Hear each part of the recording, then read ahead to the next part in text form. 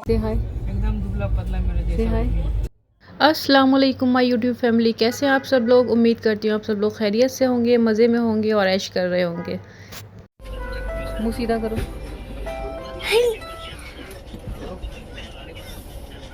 तो ये हम लोग दिल्ली आए हैं कुछ अर्जेंट काम से। मॉर्निंग की हमारी फ़्लाइट थी बट वो हमसे मिस हो गई क्योंकि 5 बजे की फ़्लाइट थी। इसीलिए हम लोगों ने सोचा कि इमरजेंसी में फ़्लाइट के टिकट्स बुक करना पागलपंती होगी, क्योंकि अननेसेसरी वो वेस्टेज होगा, ऑफ कोर्स मनी वेस्ट होगी। तो हम लोगों ने बस टिकट बुक किया ट्रेन का और फिर हम लोग लैंड कर गए दिल्ली में। मैं काफ़ी टाइम के बाद दिल्ली आई हूँ, वो भी कुछ देर के लिए, क्योंकि हम लोग को सेम डे रिटर्न भी होना है। अच्छा, मैं सबसे ज़्यादा जो मिस करती थी खाने में वो छोले भटूरे हल्दीराम की बहुत ज़्यादा मिस करती थी। बहुत ज़्यादा क्रेविंग होती थी मुझे। सो हम लोग आ गए हैं यहाँ पर छोले भटूरे खाने के लिए। और उसके अलावा हमने 2-3 चीज़ें और ऑर्डर करी थी जो कि हमने बहुत मज़े से इंजॉय करी। इवन हमज़ा भी बहुत ज़्यादा इंजॉय कर रहा था, क्योंकि जब वो यहाँ से गया था उस टाइम पर वो 3 मंथ्स का था और अभी वो 4 इयर्स का है माशाल्लाह। हमज़ा स्पाइसी फूड बहुत ज़्यादा अवॉइड करता है, वो खाता नहीं है, लेकिन यहाँ देखो वो मज़े से इंजॉय कर रहा है और खा भी रहा है। दिल्ली के खाने की बात ही अलग है।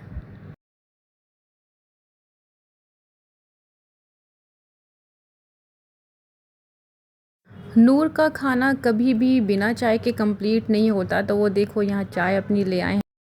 तो यहाँ हम लोग रिटर्न जा रहे हैं वापस, और ये जो वीडियो है हमज़ा शूट कर रहा था। अभी टाइम हुआ है 10:15। मैं हमज़ा को स्कूल ड्रॉप करके आ गई हूँ और मेरे बैकग्राउंड में आप देख भी रहे होंगे कि सब कुछ ऐसे बिखरा हुआ पड़ा हुआ है। सो दैट इज़ नॉर्मल, हर किसी के घर में होता है मॉर्निंग टाइम पर। और आज थोड़ा सा मैं लेट भी हो गई क्योंकि आज हम लोग लेट उठे थे। हमज़ा भी थोड़ा स्कूल में लेट हो गया। So that is normal life, it's a life part. तो बस अभी जल्दी जल्दी से मैं सब कुछ क्लीन कर लेती हूँ। सुबह मेड आई थी तो जो भी क्लीनिंग का काम था वो करके गई थी। अभी मैं किचन और बाकी सब चीज़ें समेट लेती हूँ जल्दी जल्दी।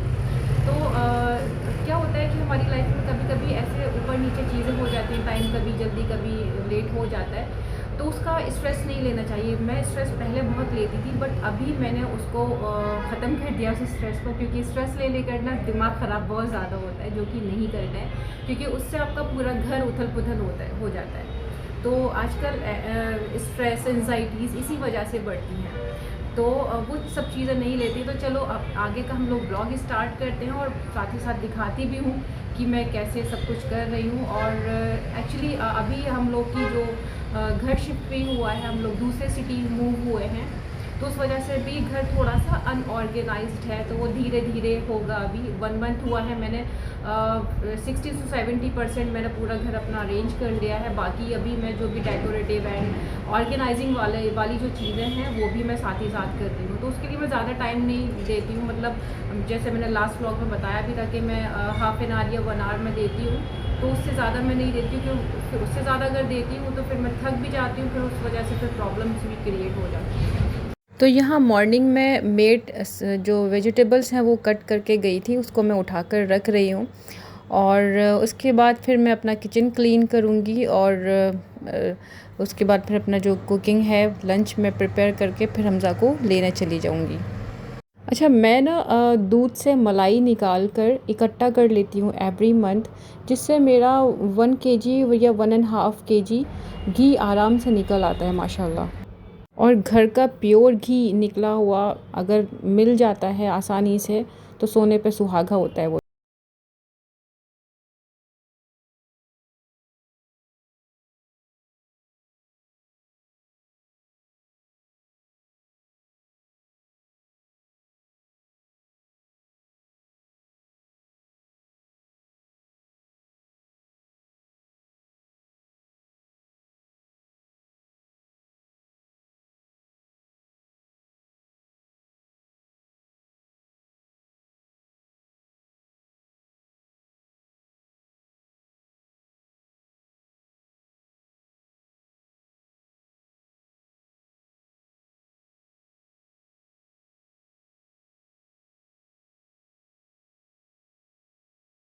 क्लीन हो चुका है, अभी सिंक एरिया बाकी है और हमजा का अभी पिकअप टाइम हो गया है, तो मैं जाती हूँ उसको जल्दी से पिक करने, वरना वो परेशान हो रहा होगा वहाँ पर।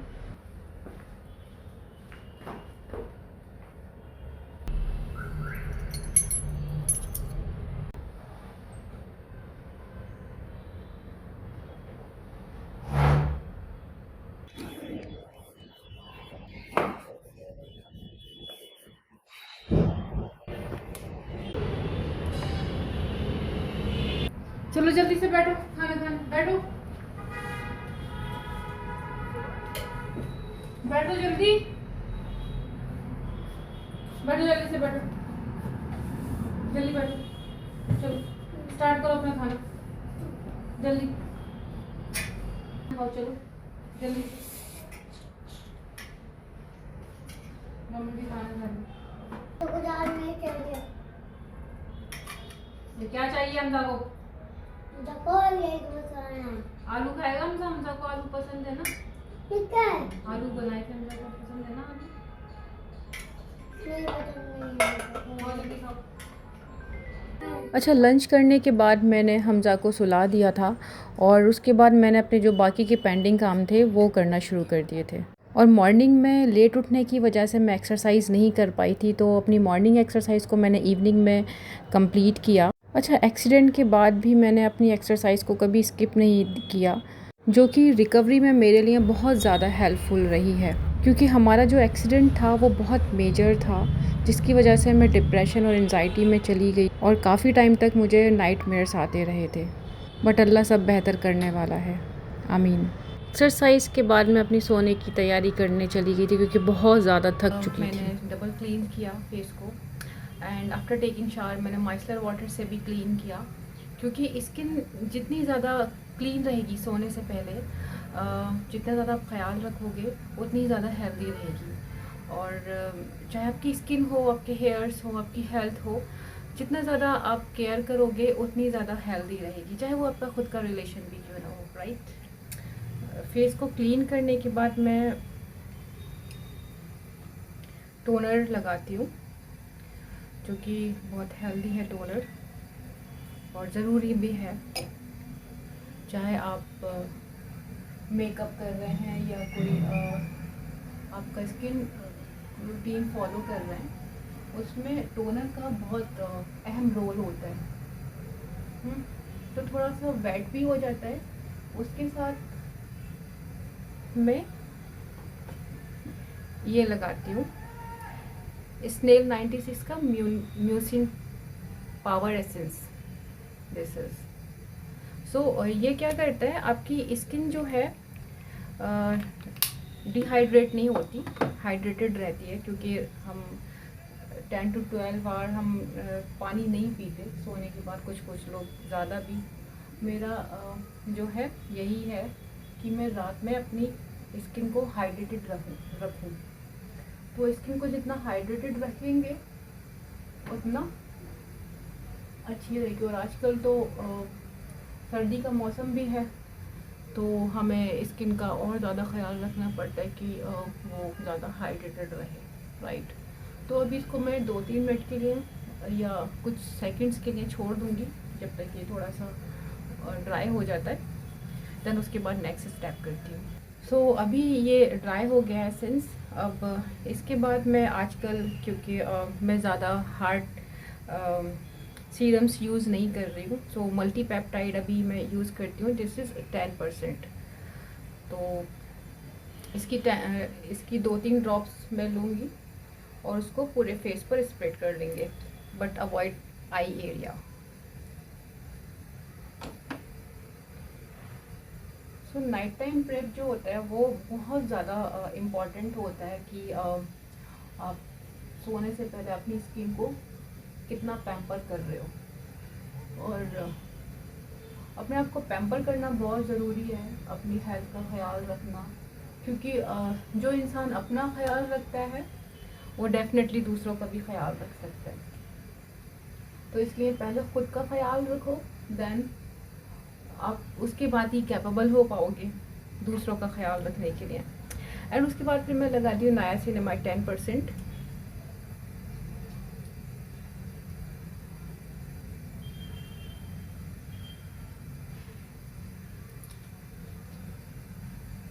सो इसको भी पूरे फेस पर टैप टैप करके स्प्रेड कर लेंगे।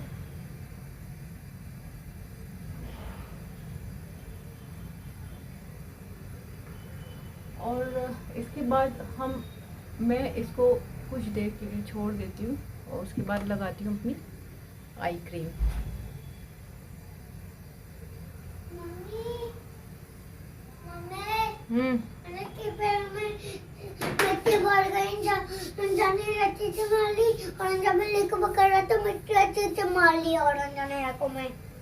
मिर्ची मार ली पैर में, कैसे लग गई तुम्हारे? अच्छा, यहाँ हमज़ा आ गया था तो उसकी बातें चालू थी, तो उसकी भी बातों का मैं जवाब दे रही थी। अब मैं सेरावी का मॉइस्चराइजिंग क्रीम लगा रही हूँ। आप अपनी स्किन के अकॉर्डिंग ले सकते हैं। मेरी ड्राई स्किन है तो मैं ड्राई स्किन का लिया हुआ है मैंने, जो कि अभी ख़त्म भी होने वाला है ऑलमोस्ट। आपको अभी ऐसा लग रहा होगा कि हाय कितनी सारी चीज़ें लगानी पड़ती हैं, हाय ये करना होता है, तो ऐसा कुछ भी नहीं है।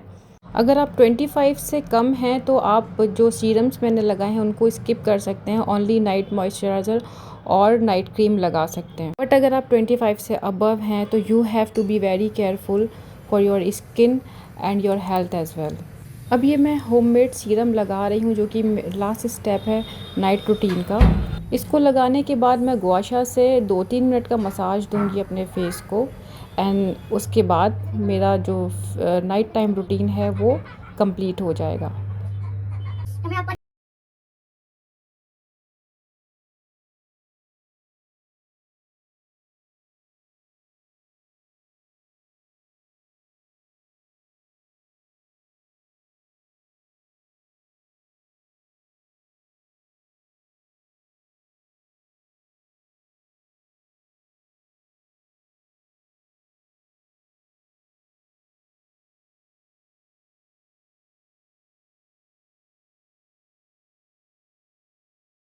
ये वीडियो पसंद आया होगा।